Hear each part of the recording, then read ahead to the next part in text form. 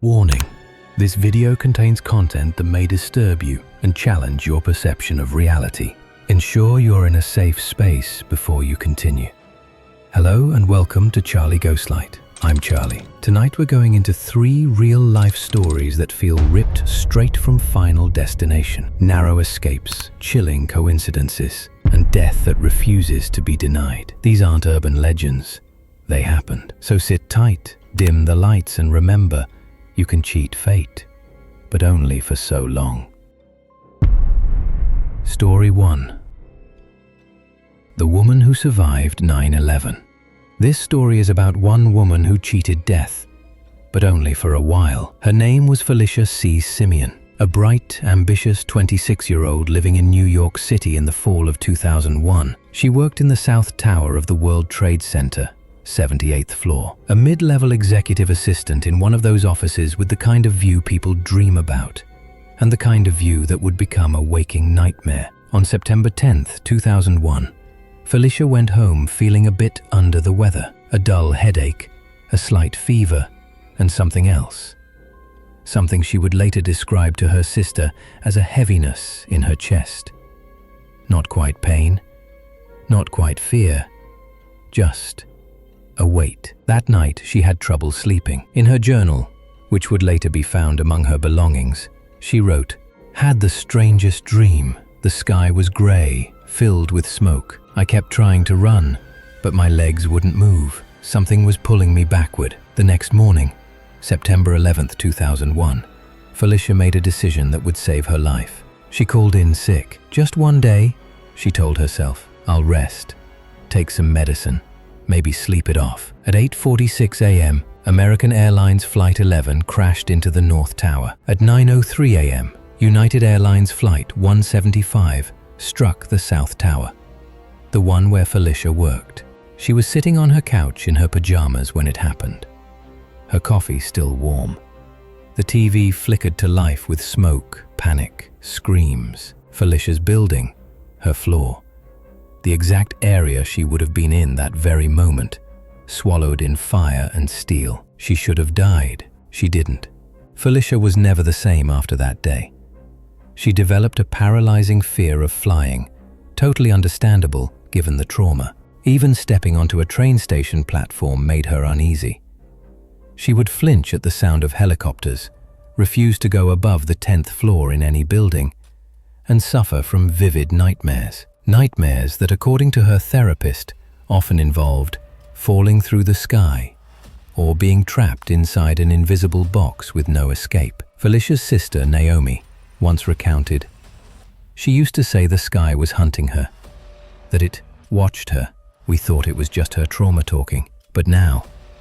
Felicia rarely spoke about 9/11 in public, but in a 2006 support group meeting, she reportedly said, "It doesn't feel like I survived." Time passed. She went to therapy. She tried mindfulness. She meditated. She started writing again. And by 2015, nearly 14 years after the towers fell, Felicia decided it was time to reclaim her life. She booked a flight, a short domestic one, nothing international, just a quick trip from New York to Ohio to visit her uncle for Thanksgiving. Her therapist applauded her bravery. Her family was proud. She even joked in a group chat, "Look at me, guys, I'm finally not letting fear win." But there was one eerie detail she couldn't shake. The flight number was 7811. Her old office suite was 78-11, floor 78, suite 11B. Coincidence? Maybe, but something about it made her stomach twist. Still, she told herself, it's just numbers. It means nothing, right? On November 24, 2015, Felicia boarded the flight. It was cold and clear.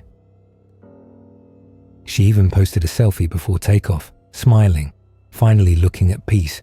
The plane, a regional commuter jet, took off from LaGuardia Airport at 6:52 a.m. At 7:19 a.m., just 27 minutes into the flight, something went wrong. The aircraft suffered a catastrophic mechanical failure, later traced to a faulty hydraulic line and a miscommunication between cockpit crew and air traffic control. the plane lost control and spiraled downward over Pennsylvania, crashing into a wooded area just 15 miles from Shanksville, hauntingly close to where Flight 93 had crashed during the 9/11 attacks. There were no survivors. Felicia's body was found in the debris field, still buckled into her seat. After her death, her sister Naomi shared more from Felicia's journals and therapy notes. A recurring theme emerged, a voice calling her name mid-flight, a faceless man pointing at the sky, a door she wasn't allowed to close. One entry, just a week before her final flight, read, "It's like I've been dodging something for years, like I wasn't supposed to get away the first time, and now it's looking for me again." Another line, almost too eerie to be real. "Maybe I'm not meant to fly. Maybe the sky doesn't forget." It's stories like these that twist our understanding of fate. Felicia was one of the lucky ones, until she wasn't. Some call it a coincidence. Others, especially those who believe in destiny or cosmic rebalancing, say she was living on borrowed time. That the escape from 9/11 wasn't a free pass, just a delay, a final destination. The more people dug into her story, the more strange details came to light. The flight number 7811, nearly matching her old office suite. The crash's proximity to Shanksville, another 9/11 site. Conspiracy videos link her story to numerology, karma, and unfinished business. Some believe she had premonitions. Others say she called death's bluff and lost. But perhaps the most unsettling theory is also the simplest. Maybe you can cheat death once, but not forever. Her story, quiet, tragic, terrifying, reminds us of something deeply unsettling. Fate doesn't forget. You might dodge the first blow. You might walk away from the explosion. You might even rebuild your life. But sometimes, death circles back, and when it does, it comes silently, without warning, just like it did that morning in 2001, and just like it did again in 2015. Our second story comes from a few unlucky Titanic survivors. Story 2. The Curse of the Titanic Survivors. Colonel Archibald Gracie IV was no ordinary passenger. He was a wealthy military historian, a Southern gentleman, and a man who had been raised to believe in the strength of logic and discipline.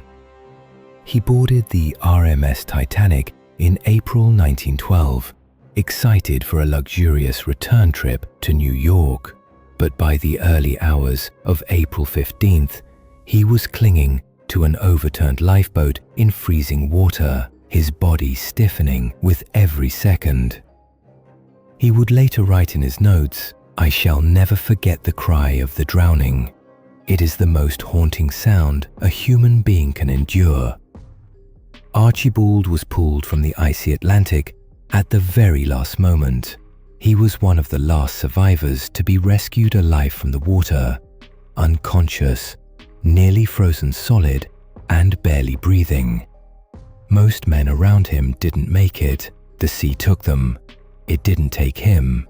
Not yet. After returning to New York, Archibald tried to resume his life, but the man who stepped off the rescue ship Carpathia wasn't the same man who had boarded the Titanic. Friends noted he looked gaunt. His eyes were glassy. He barely slept. He wouldn't eat unless someone reminded him. And he wrote, constantly, desperately. He spent almost every waking hour reconstructing the final moments of the Titanic. He conducted interviews with survivors, drew diagrams, cross-referenced timelines, wrote letters to the White Star Line demanding answers. Witnesses said he would sit in his study, lights low, scribbling until dawn. "I can't stop," he reportedly told a close friend. "I need to finish it before I die." Gracie's writings became more frantic, more personal. At first, they read like historical accounts, but slowly they turned into something else, something darker. In one entry, dated October 1912, just 6 months after the sinking, he marked December 4th in his calendar, circled in red. Underneath, just 2 words: time ends. On the morning of December 4th, 1912, exactly 233 days after the Titanic sank, Colonel Archibald Gracie IV died in his sleep. The cause of death was listed as diabetes complications, but those close to him say he simply stopped. His nurse, in a letter to a friend, described the moment.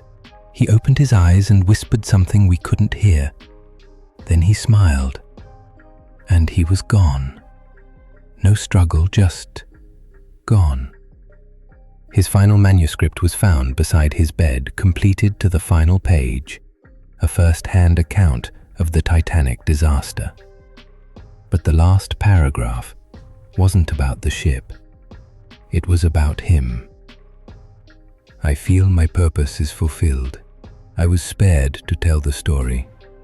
Now, I return. Return to what? He didn't say. Gracie wasn't alone in this curse. Over the years, several Titanic survivors suffered mysterious fates. A pattern emerged, not of physical death, but spiritual and emotional decay. Take Frederick Fleet, the lookout who first spotted the iceberg. He survived the disaster and testified at inquiries, but he never escaped the guilt. Decades later, after losing his wife and home, he hung himself in a garden shed. Then there was Jack Thayer, another first-class survivor. He escaped the sinking by diving into the sea and clinging to wreckage. He lost his father that night, and though he tried to live a normal life, he never found peace. In 1945, after both his sons died in World War II, Jack took his own life with a razor blade in a parked car. And let's not forget Madeline Astor. 19 years old and pregnant when she survived the Titanic, she remarried several times, but each relationship ended in tragedy or scandal. She died at 46 from heart failure, her once glamorous life reduced to seclusion. Each story different, but each one echoing the same shadow. Survival didn't save them. It just delayed something. Colonel Gracie believed in fate, not the kind you read in horoscopes, the kind you feel in your gut when something just doesn't sit right, the kind that knocks on your door when everything seems calm. In a private letter, later archived, Gracie wrote, "Some men were meant to drown that night, others were meant to speak. I believe I was the latter, but even borrowed voices must go silent eventually. Was haunted by it, predicted its return, and died exactly when he said he would." It's as if the sea spared him, not out of mercy, but out of purpose. And once that purpose was fulfilled, death simply punched the clock. If that doesn't sound like a Final Destination setup, I don't know what does. Gracie's tale, and those of the others, paint a chilling picture. That survival, in some cases, might not be a gift. It might be a stay of execution, a pause, a courtesy. But when death is owed, It always collects. some survivors of the Titanic didn't drown in water.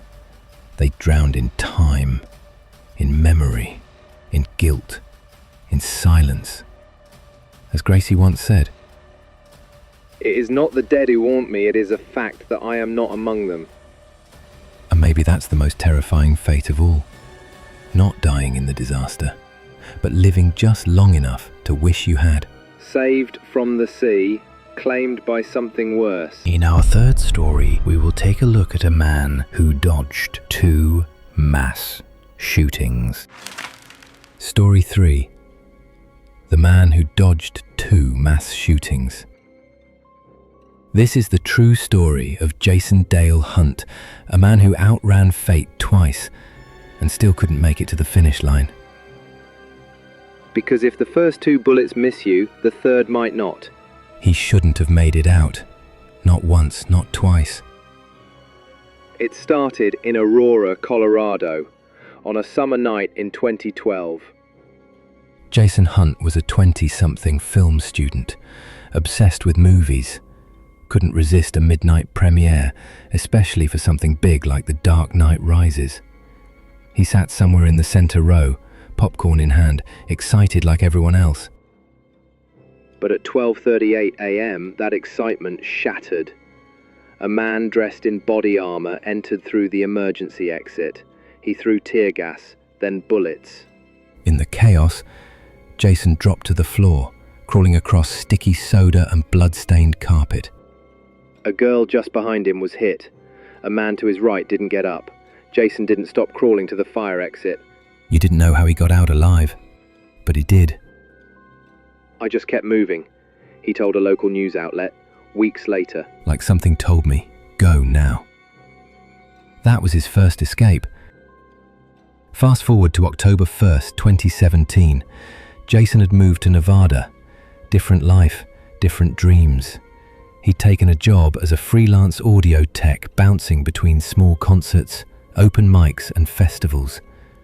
That night he wasn't working. He was just there for fun. The Route 91 Harvest Festival in Las Vegas. Country music, cold beer, good weather. At 10:05 p.m, shots rang out from the 32nd floor of the Mandalay Bay Hotel. People thought it was fireworks, until they started dropping. Jason remembered the sound. Not just the gunfire, but the screaming. Something in his brain clicked. He stopped going out, skipped birthdays, cancelled concert plans, couldn't sit in crowded rooms anymore. He started having the same dream over and over. A crowd pushing, shoving, screaming, and Jason screaming too, but not from fear. From recognition. In his nightmare, he always knew, this is it. This is the one. In a 2019 text message to a friend, Jason wrote, I feel like I'm still walking around, but I'm not supposed to be. Like I got tagged by death, and now I'm just waiting for it to collect.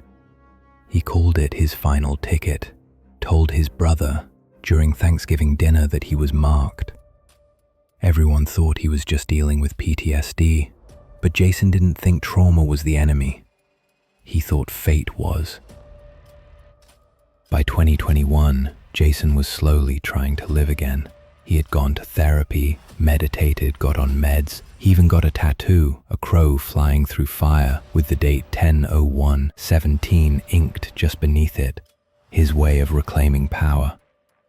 That November, he bought a ticket to a big outdoor music festival in Houston, Texas. His friends were surprised. You sure? They asked. Jason nodded. It's outside. What could happen? No roofs, no bullets. It was supposed to be a celebration, a return to normalcy.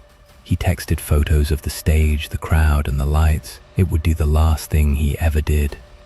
That night, as the artist took the stage, the crowd surged forward. Tens of thousands of bodies moved as one, not with excitement, but with force. People were pushed, trampled, crushed. Screams were drowned out by the music.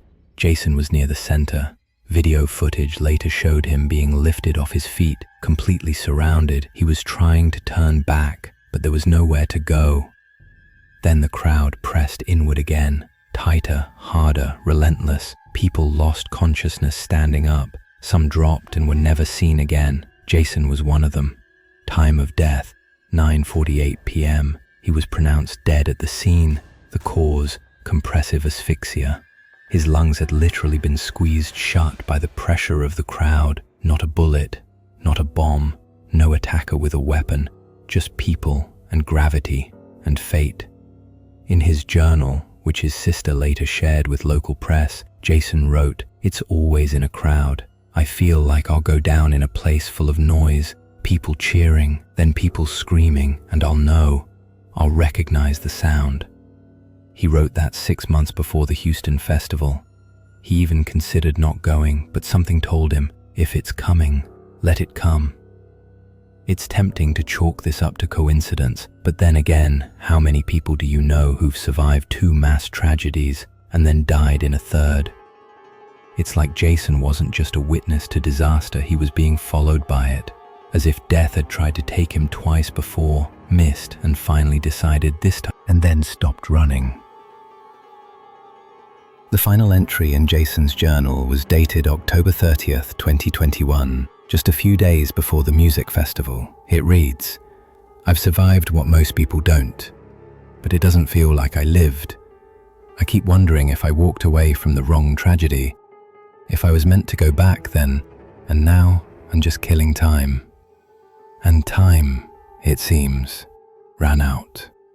He escaped gunfire, but not the crowd.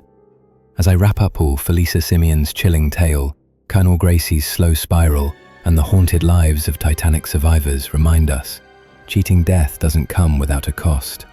You may walk away once, maybe even twice, but fate, it has a long memory.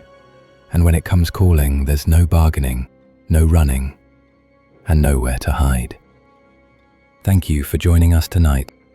These stories aren't just creepy, they force us to ask, are we ever truly safe? Or are we all just living on borrowed time?